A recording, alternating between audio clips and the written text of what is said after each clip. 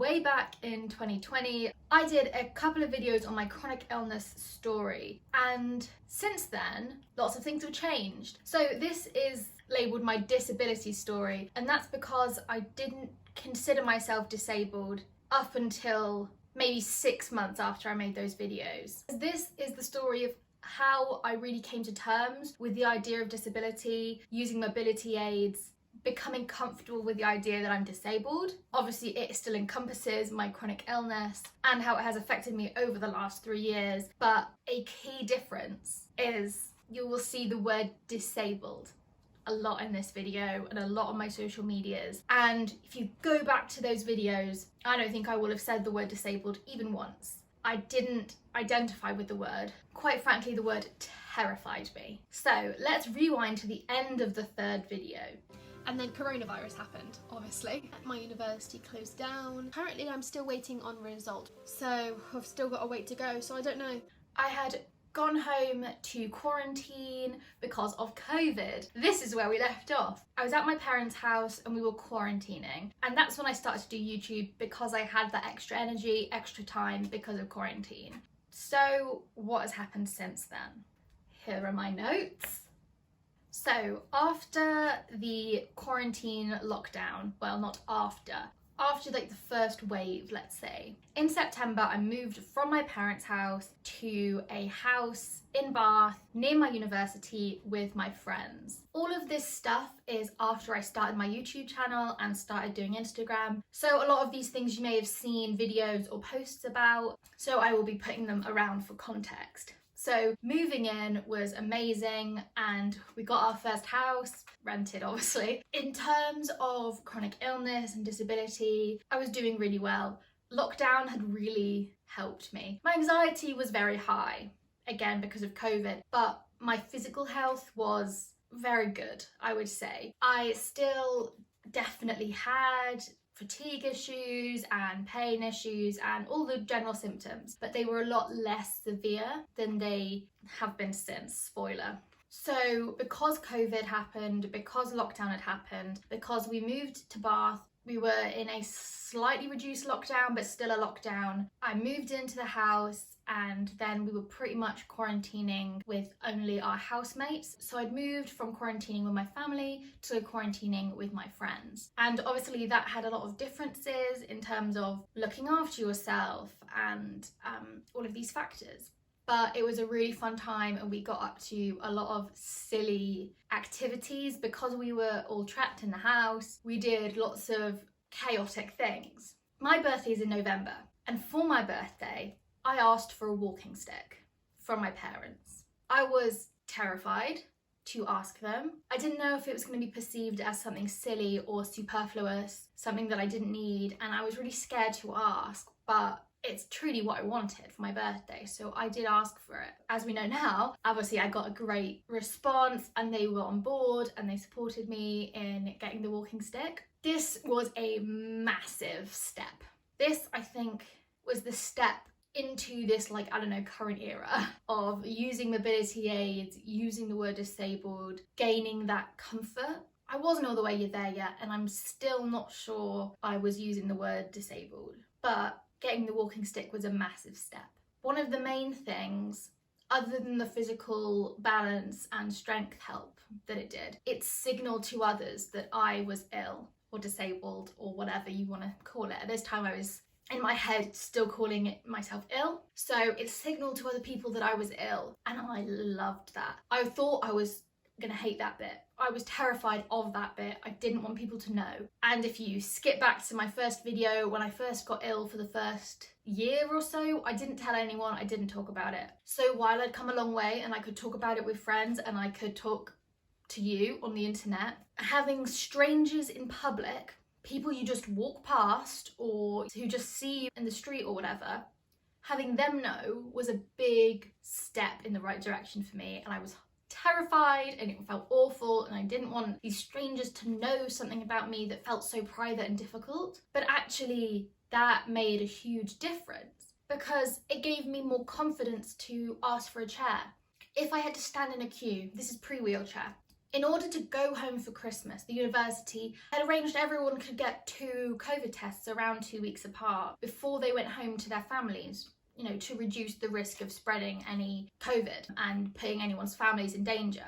The first test, I stood in the queue for about half an hour. I felt sick. I felt dizzy. I thought I might pass out. And then the test, I had to do it standing up and swabbing. And then I had walked there and had to walk home, and it was so awful. Luckily didn't have COVID, but it was so incredibly painful and I did not want to do it again. But obviously I had to do it again. So 2 weeks later was after my birthday, and I took my walking stick. I got to the queue and I felt the confidence to ask someone if I could have a chair, because I had a physical symbol that said I'm not okay and I need a chair, and I'm not just asking for it to be rude or demanding. There's a reason and I need it. It gave me that confidence, and this girl looked at the stick, went, "Oh my god, of course, yeah, I love your stick. Thank you." And she got me a chair and she was like, "They'll call you through when it's your turn." So I just sat in the chair. I didn't have to stand through the queue.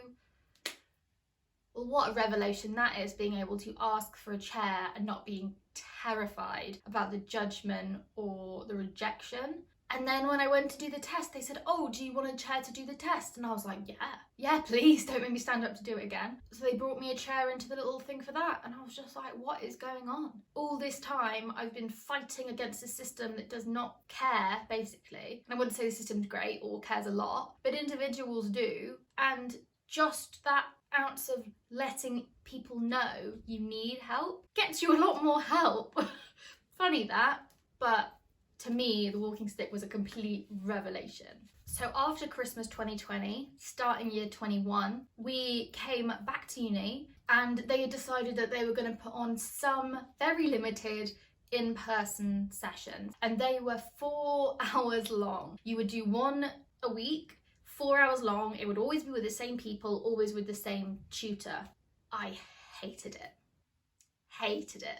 I hadn't been socialising or going out at all. My anxiety about public transport and going out in public was through the roof, but also 4 hours sitting in a room 2 meters from everyone wearing a mask. You feel very unsafe, or I did. I felt very unsafe, both chronic illness wise. I felt like no one had taken into account the fact that maybe 4 hours is killer to someone like me, and unsafe in the way that to eat or drink anything, you had to take your mask off in this room, and it didn't feel that safe. We weren't close together, we were following all the rules, blah blah blah, but I didn't know these people. Obviously, I didn't know if they were following the rules at home. I didn't know if they were going to parties every other day. I had no idea what they were doing. So it felt unsafe to eat and drink inside. Well, you could go outside, but that's more walking out of the room and down the corridor and blah, blah. And it was winter at this point. It was freezing cold, so you didn't want to go outside. And so it felt like this horrible trap experience for me, that I felt trapped in the room. I felt really limited. I did eat and drink in there, but the whole time I was anxious as anything. I would sneak the water bottle up under my mask, and then, you know, I was so nervous about doing the right thing and also keeping myself safe, but also I couldn't think clearly. I think the anxiety was at such a high level, and my chronic fatigue was so overworked by this system that they both compounded each other. I was more anxious, so I was more tired, and the more tired I was, the less clearly I was thinking, so the more everything felt 100 times worse than it was. So I stopped going to those. As I think you can guess, maybe I emailed my head of year and I was like, I cannot do this.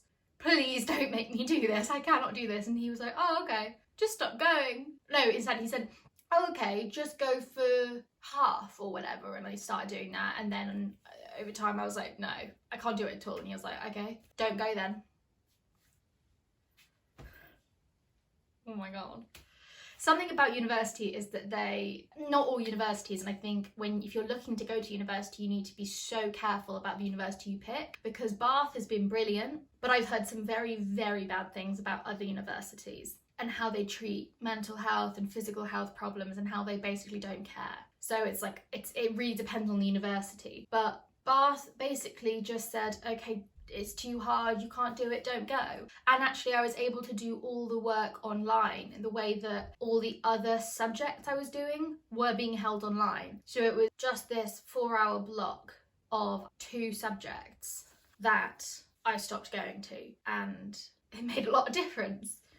So a couple of months later, after all of this online university now, I started to have this thought. Years and years ago, my mum had suggested that I use a wheelchair to help me get around. Specifically, when we went to a shopping centre, they have those mobility rental kind of things. You could use them for the shopping. And my mum had tried to get me to use those so I could go shopping, which I enjoy. But I had hated it. It was, I don't know, borderline like traumatic for me because it was so outside of my comfort zone, so confronting the idea of illness and visible illness and being disabled and all of these things that I was nowhere near ready to like come to terms with. But I started using a walking stick. I was getting better at using the word disabled. I was kind of getting there, and my mind started to wander back to maybe now is the time to try this out. And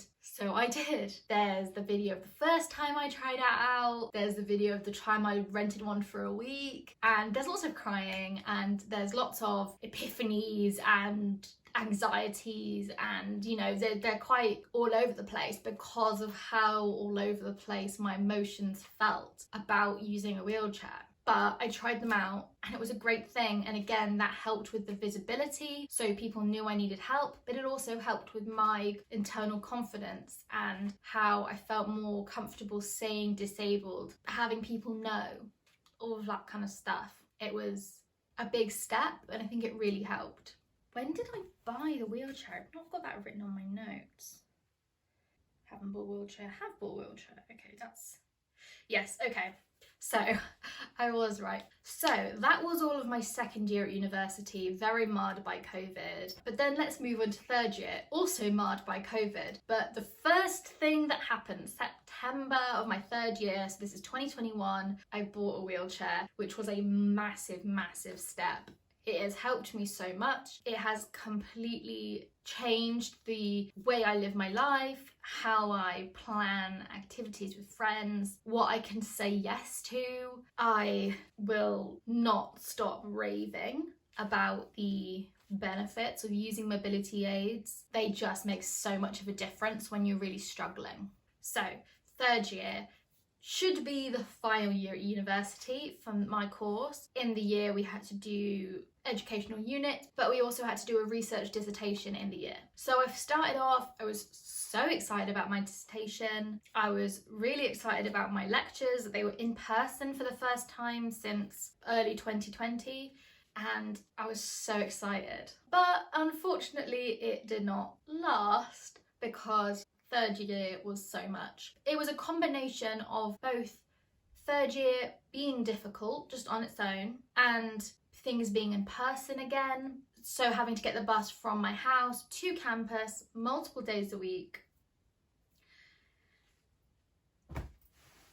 And basically I just couldn't handle it. It was too much. So the first thing I did to try and help with dealing with uni was I had 2 lectures in one day. Now sociology is a very low contact course, so 2 in-person lectures on one day was unusual. It was the only time it happened, and there was, I think, 2-hour gap between both lectures. And there we had a problem because I could not rest on campus and I couldn't go home and come back because obviously that was way too much energy as well. So basically both options were bad. So I talked to the student welfare team and I asked for a place where I could rest, where there wouldn't be other people and it would be private and I could properly rest. And they had a restroom, and that was great that they offered me that room, and I did use it one whole time. I think in total I had to be on campus for 6 hours. So 2-hour lecture, 2-hour break, 2-hour lecture. And then plus it's about half an hour on the bus each way on a good day. So that's about 7 hours out of the house. So I did it once and I thought, there's no way I can make this work. So basically, I realised this is never going to work. I cannot be on campus for this long, even if I have a private room to lie down in. I just couldn't. There was just no way. So I stopped going to one of the lectures. I just picked which one I thought was better, went to that one. Bearing in mind, because of COVID, everything is recorded and uploaded online, so you can absolutely watch anything online. So this being able to watch things online and not actually having to go to lectures meant over time I just reduced and reduced, a bit like school really. So we start off by just doing one thing per day, and it was already too much. And then we had to write the synopsis for our dissertation, and it was very hard. I was excited about the topic, I was into writing it, but I had too much to do, I was struggling too much. So my director of studies agreed that I could put my dissertation off to do after the end of the year, so I could reduce the workload. Great, that'll reduce it loads. But you still have to do this synopsis now, but the rest of the work you won't have to do until the end of the year. Fine, it is what it is. Hi, so I'm editing now and this video is so long that I'm going to cut it here, and the part 2 will be up next week. I hope that's okay with you. Bye!